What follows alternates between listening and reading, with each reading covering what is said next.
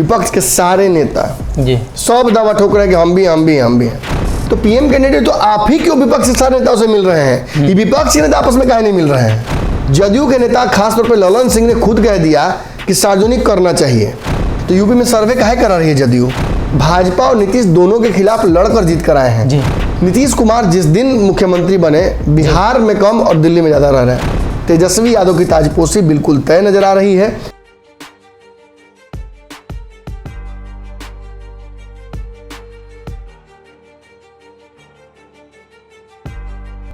नमस्कार, पंचनामा देख रहे हैं आप, जहां हम करते हैं खबरों की चीरफाड़। एक बार फिर से हाजिर हैं नई खबर लेकर, जिसकी चीरफाड़ की जाएगी। काफ़ी दिनों बाद पंचनामा की वापसी हुई है।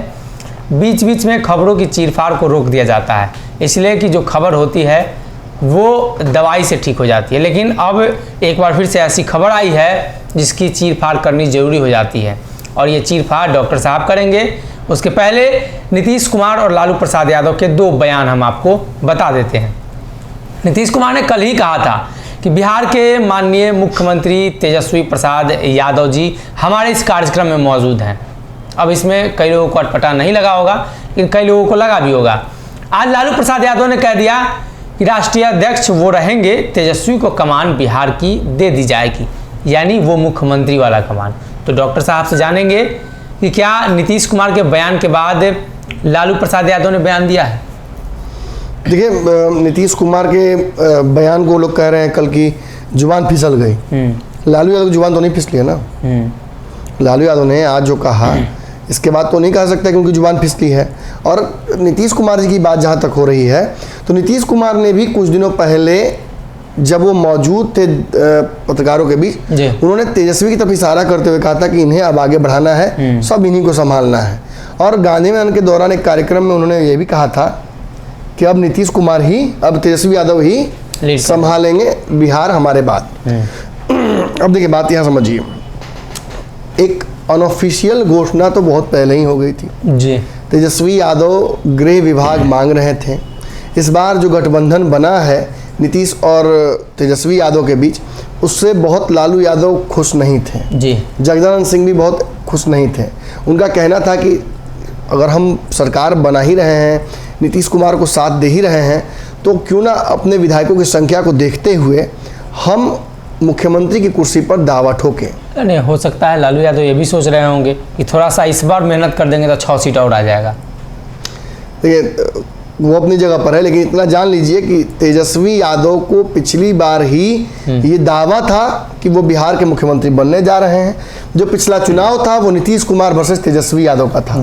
उसमें भाजपा कहीं थी नहीं, भाजपा केवल नीतीश कुमार के पीछे खड़ी थी। और भाजपा के विधायकों की संख्या ज़्यादा आने के बावजूद भाजपा ने नीतीश कुमार को अगर मुख्यमंत्री बनाया, तो उसका सबसे बड़ा कारण क्या था? क्योंकि भाजपा को पता था कि नीतीश कुमार के पीछे खड़े होकर हमने चुनाव जीता है। और ये बात आप लालू यादव के साथ लागू नहीं कर सकते हैं, ये तेजस्वी यादव के साथ लागू नहीं होता है। तेजस्वी यादव जो अपने विधायकों को जो जीत कर आए हैं, वो भाजपा और नीतीश दोनों के खिलाफ लड़कर जीत कर आए हैं। तो कायदे से इस कुर्सी पर दावा उनका था, लेकिन फिर भी नीतीश कुमार को उनकी भावना को समझते हुए, और जैसा कि नीतीश कुमार का कलेवर है कि पलटी मारने के बाद दोबारा पलटी मारने की तैयारी शुरू कर देते हैं, तो उसको देखते हुए लालू प्रसाद यादव ने तत्काल इस बात को समझा और जो तेजस्वी यादव को डिप्टी सीएम बनाया गया, उन्होंने एक्सेप्ट कर लिया। लेकिन आप जान लीजिए कि मैंने बार बार ये जो कह रहा हूं कि शर्त ये रखी गई थी कि जल्दी ही तेजस्वी यादव की ताजपोशी नीतीश कुमार खुद करेंगे। कायदे से 6 महीने का टाइम फ्रेम दिया गया था। इस 6 महीने में देखिए कैसे ये 6 महीना वाला बात मैं जस्टिफाई करता हूँ। नीतीश कुमार जिस दिन मुख्यमंत्री बने, बिहार में कम और दिल्ली में ज़्यादा रह रहे हैं जी। बिहार में के कार्यक्रमों और काम पर उनका ध्यान कम है, और दिल्ली के कार्यक्रमों और काम पर ज़्यादा ध्यान है उनका। मतलब नीतीश कुमार के लिए उनका बयान वो वाला लागू हो जाता है जो चिराग पासवान के लिए कहते थे। कितना है बिहार में? एक दिन भी नीतीश कुमार पीएम वाला चर्चा किए बिना नहीं बैठ रहे हैं जी। कुछ ना कुछ बोल ही देते हैं, किसी ना किसी से मिल ही लेते हैं। कभी विपक्ष के नेताओं से मुलाकात करेंगे, कभी गोलबंदी करने की कोशिश करेंगे, कभी केंद्रीय, अब इस देखिए पीएफआई एक संगठन है, इस पे केंद्रीय एजेंसियों ने लगाया है 5 सालों का। हाँ, अब इसमें भी राजनीति करने की आवश्यकता थी क्या जी? नहीं। अगर आरएसएस पर ही अगर कहीं बैन लग जाता है तो क्या इस पर राजनीति करने लायक है क्या? जब उस संगठन को लेकर अगर पता चला है कि वो देश विरोधी गतिविधियों में लगा हुआ था, बात खत्म हो जाती है। लेकिन यहाँ भी सेकुलरिज्म का जो कीड़ा काट रखा था नीतीश कुमार को, एग्जैक्ट कीड़ा नहीं, सेकुलर लोग ऐसे नहीं होते हैं जो तथाकथित रूप से सेकुलर हो जाते हैं वक्त देखकर, हिसाब देखकर और वोट के लिए, वो लोग उनकी बेचैनी बढ़ जाती है। जदयू के नेता खासतौर पर ललन सिंह ने खुद कह दिया कि सार्वजनिक करना चाहिए। कुछ लोग कह रहा है कि आरएसएस पे भी बैन लगाना चाहिए। लगाने लायक आप तथ्य सामने लाइए, रिटर्न में अर्जी दीजिए, साबित कीजिए, कोर्ट में लड़िए केस कि आरएसएस ने कैसे गलत किया है, तो आप उसके हिसाब से कराइए। मना कहाँ है? अगर सेंट्रल इंटेलिजेंस अगर कोई बात पकड़ती है, इन पर अगर छापा पड़ेगा तो ये कहेंगे कि नहीं, हमने भ्रष्टाचार नहीं किया, हमें फंसाने के लिए छापा किया जा रहा है। इनको जेल भेज दिया जाएगा तो कहेंगे कि नहीं, जेल हम भ्रष्टाचार के नहीं गए हैं, हमको फंसाया गया है। मैं किसी एक व्यक्ति नेता पर नहीं बोल रहा हूँ, मैं सभी नेताओं की बात कर रहा हूँ, चाहे वो भाजपा के हो या जदयू राजद के हो। यहाँ एक पैटर्न नीतीश कुमार का बार बार दिख रहा है कि बिहार में उनका इंटरेस्ट नहीं रह गया है। बार बार तेजस्वी यादव को आगे करके कह रहे हैं कि तेजस्वी संभालेंगे। और दूसरी बात कि राष्ट्रीय स्तर पर जो गोलबंदी करने की बात चल रही थी, उसमें वो पूरी तरीके से इन्वॉल्व हो गए हैं और ये कह रहे हैं बार बार कि देखिए ठीक है, आप पीएम कैंडिडेट नहीं है, आप कह रहे नहीं मैं नहीं हूँ, आप कह रहे हैं कि यूपी चुनाव नहीं लड़ना है, तो यूपी में सर्वे काहे करा रही है जदयू? क्यों सर्वे हो रहा है? और फिर आप कहते हैं कि पीएम कैंडिडेट नहीं है, तो पीएम कैंडिडेट तो आप ही क्यों विपक्षी सारे नेताओं से मिल रहे हैं? ये विपक्षी नेता आपस में काहे नहीं मिल रहे हैं?